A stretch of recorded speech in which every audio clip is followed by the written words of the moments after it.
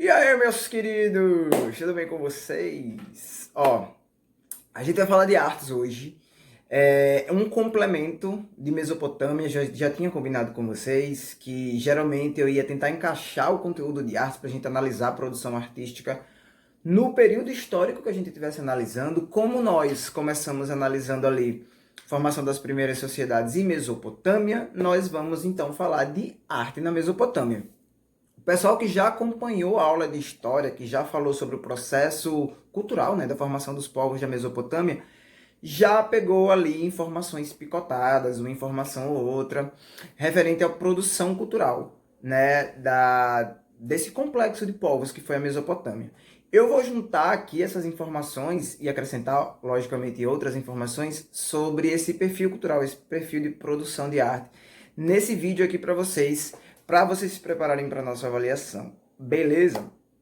Então vamos começar. Vou começar chamando a atenção para vocês de uma coisa. Já falamos na aula de história, vale repetir aqui. A Mesopotâmia, a região, o complexo ali que é a Mesopotâmia, é formado por diversos povos. Então existe, até hoje, né, uma certa, vamos chamar de dificuldade, da gente conseguir criar, né, um perfil específico ali da produção de arte de cada um desses povos. Então a gente vai estar analisando aqui, na maioria das vezes, a produção de arte como a produção de arte da Mesopotâmia. Como existe uma mistura de culturas, então, obviamente, nós vamos encontrar traços diferentes ali, de culturas diferentes dentro dessa produção artística. E também vamos encontrar aí uma mistura, né, de traços que a gente sabe que pertence a uma cultura específica junto à produção de outras culturas, de outros povos que fizeram parte da Mesopotâmia. Outra coisa que é importante lembrar é que esta região, a região da Mesopotâmia, temos aqui nessa região um processo de 4.000 anos de produção. Então, pegamos aí vários diferentes estágios da organização social, de como o próprio homem ali lidava com os materiais disponíveis na natureza. Certo? Então, vamos ter aqui, né, vários momentos diferentes de produção de arte na Mesopotâmia. No geral, vamos falar da ideia da arte da Mesopotâmia, tá? A produção de arte lá na Mesopotâmia, ela no início, ela vai estar muito ligada àquilo que a gente já vem conversando nas aulas de história. As noções de religião e necessidade. Sim, algumas coisas que são hoje considerados adornos, objetos da arte mesopotâmica, na verdade, foram criados ali por questões de necessidade do próprio dia a dia ali, das coisas que eles precisavam, né, dos objetos que eles precisavam para o funcionamento do seu dia a dia. Quando eu falo, agora passando para outro ponto, né, da associação da arte à religião, a gente já viu em outros momentos, em outros conteúdos, o quanto arte e religiosidade sempre estão juntos. Então, na Mesopotâmia, a gente tem um exemplo da representação dos deuses. Não somente disso, mas a gente tem uma coisa muito específica que eu citei na aula de artes, na aula de história, desculpa, que é o surgimento do horóscopo. Essa ideia do zodíaco que nós temos, até dos ícones do zodíaco ali, que são figuras antroposomórficas, né? A mistura de animais e homens numa figura só, a gente tem essa origem com a civilização babilônica, aqui na Mesopotâmia.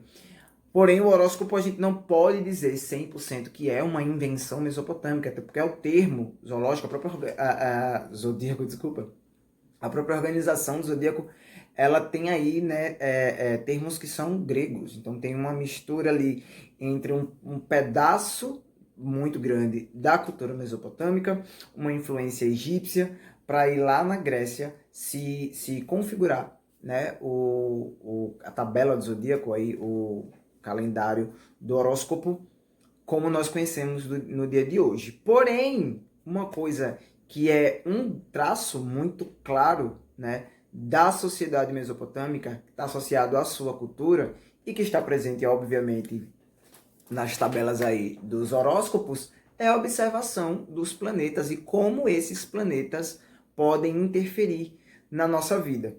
A gente está falando aqui de um momento onde ciência e religião são muito misturadas.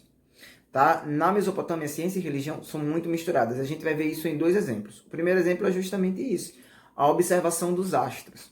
né? Embora tenha toda uma pegada científica na observação, na forma com que eles vão tratar e registrar o que eles observam dos astros, né? Planetas, estrelas, o próprio Sol, a visão mística por trás disso, de como esses astros interferem na nossa vida, a posição dos astros interferem na nossa personalidade, ali de acordo com o horário que nós nascemos. Essa noção do horóscopo nasce aqui na Mesopotâmia, como eu já falei, com o povo babilônico.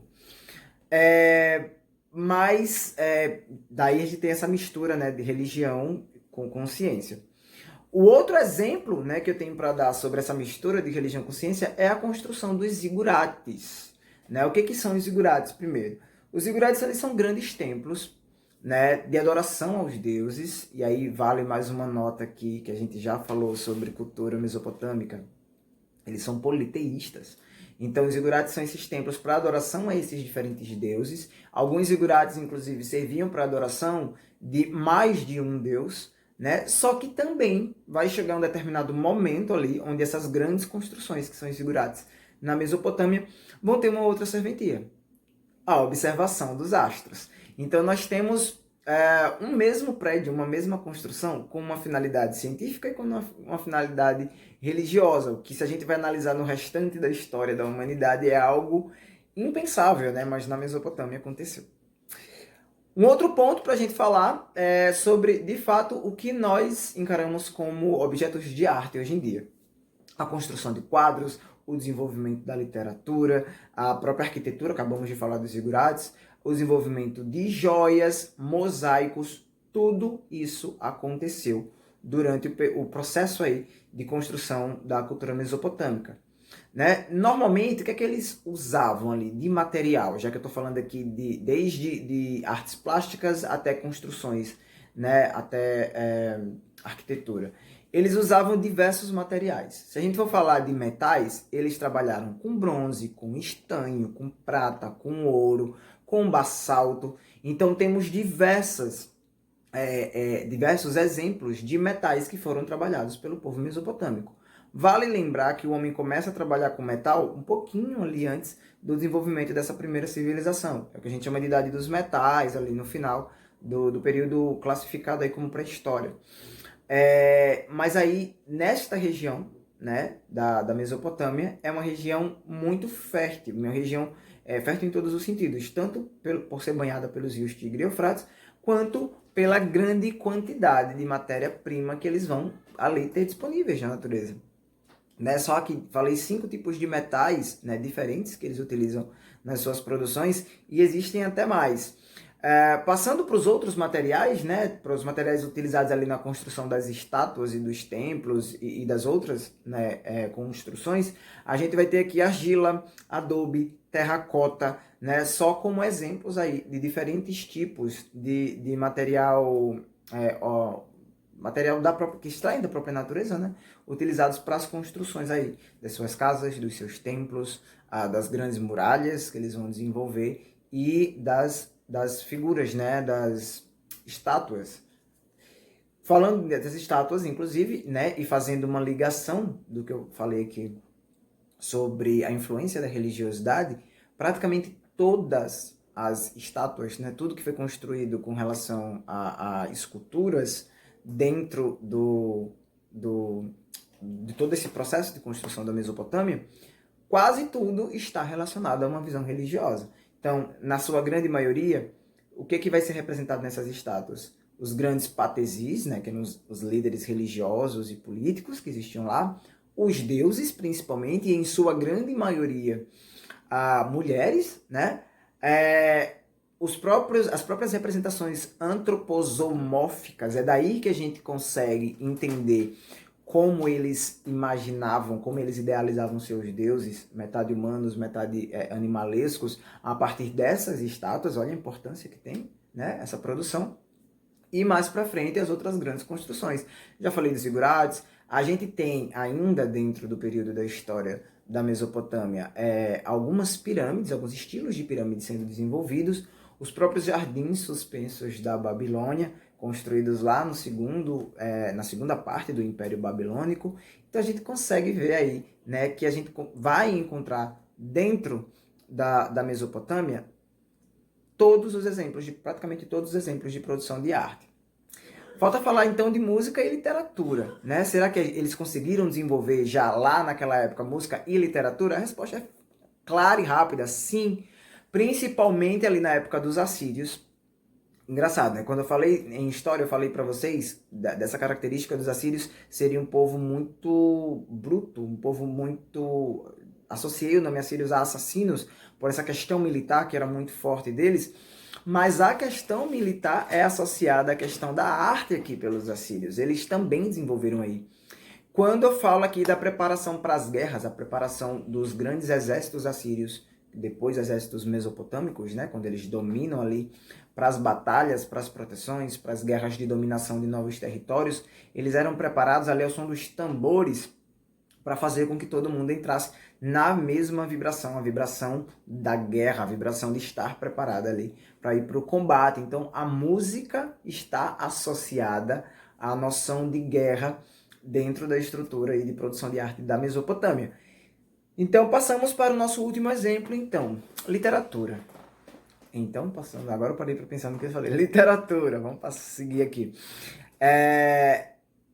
A gente já falou aqui na aula de história, vocês devem ter isso muito claro para vocês, que uma das grandes construções da civilização mesopotâmica é a escrita, né? Não a escrita como nós conhecemos hoje, totalmente organizada. Eles inventam a escrita cuneiforme, mais especificamente os sumérios inventam a escrita cuneiforme, e a partir da invenção da escrita pelos sumérios, a gente começa a ter algo que até então era inédito para a civilização humana, que é documentação. Em todos os momentos era de uma forma intencional documentar o que acontecia? Provavelmente não. Mas a gente tem, o fato é que a gente tem uma documentação, então a gente consegue entender alguns pontos, a gente consegue ver alguns traços com mais clareza do que foi a história da Mesopotâmia a partir dessas escritas, né, que foi aí a invenção da escrita cuneiforme pelos sumérios. A história da escrita dentro da Mesopotâmia, então, vai tomar uma projeção muito maior, né? No primeiro império dos babilônicos, por exemplo, a gente tem aí o primeiro código de leis escrito da história da humanidade. Isso é um traço cultural muito importante. Este é um exemplo, né, da literatura mesopotâmica, o primeiro código de leis escrito da história da humanidade. Tá? Esse é um grande feito, esse é um grande legado deixado pelos mesopotâmicos ali dentro do campo da escrita. Mas não é só isso. A literatura em si foi desenvolvida. Eles construíam poemas, eles escreviam poemas, ali, obviamente, da mesma forma com que as leis, né, do Código de Hammurabi foram escritas. Em tábuas de argila, em placas de argila, né, cunhadas nas paredes. Falo cunhada porque, lembrando, estamos falando da escrita cuneiforme, né, era cavada ali dentro das paredes, em tábuas de argila ou de outro material. Um grande exemplo dessa literatura é o próprio a Epopeia de Gilgamesh. O que é a Epopeia de Gilgamesh? É um poema que narra aí, né, seguindo o personagem Gilgamesh, né, que muitos acreditam ser real, Gilgamesh existiu, e através disso, olha como as coisas ganham uma importância histórica, mesmo sendo uma produção de arte. A partir da epopeia de Gilgamesh é que a gente consegue entender como foi o dilúvio, né, que os acádios passaram ali na época do período da ascensão, né, da cultura acádia. Como foi esse processo do dilúvio, como eles lidaram com isso, como eles conseguiram sobressair, né, a grande destruição provocada aí pelas chuvas naquele momento. No demais, o que a gente vai ter aqui? A produção de mosaicos, a produção de arte em baixo relevo, né? Vale lembrar que eles trabalhavam muito com as placas de argila, então eles faziam esses desenhos nessas placas em produção de baixo relevo, como vocês vão ver aqui algumas imagens, né? Para exemplificar isso que eu estou falando. E isso é uma grande característica. A produção de baixo relevo, a criação de mosaicos é uma grande característica da produção de arte da Mesopotâmia. Por quê? Porque essa produção de arte, sim, especificamente, era pensada, né? Não foi uma representação artística feita como, por exemplo, a dos deuses, né, que era feita especificamente em cima da base de uma crença, para exemplificar a sua crença, para justificar, né, uma imagem da sua crença religiosa. Né? Os mosaicos e grande parte deste período de produção de arte na Mesopotâmia tinha a finalidade, sim, de ser adorno artístico, decorativo. Então lá na Mesopotâmia, eles já despertam esse lado. Vale também ressaltar que outras civilizações no período histórico, no mesmo período histórico, também despertaram para essa percepção da arte com a função de estética. Falamos de estética logo na nossa segunda aula de artes. Olha ela aparecendo aqui. A arte com essa função estética, de tornar o ambiente mais agradável. Bom, fiz um apanhado rapidão aqui sobre... assistam esse vídeo, inclusive, repetidamente, para vocês organizarem as ideias. Foi um apanhado de todos os mais importantes traços culturais e artísticos que a gente conseguiu catar aqui da Mesopotâmia dentro do conteúdo de história, trazendo especificamente para vocês, isolado agora na disciplina de artes. Uma boa preparação para vocês. Agora meu gato acabou de derrubar minha luz. Não temos como finalizar o vídeo com uma imagem muito boa, mas é isso. Estamos aqui.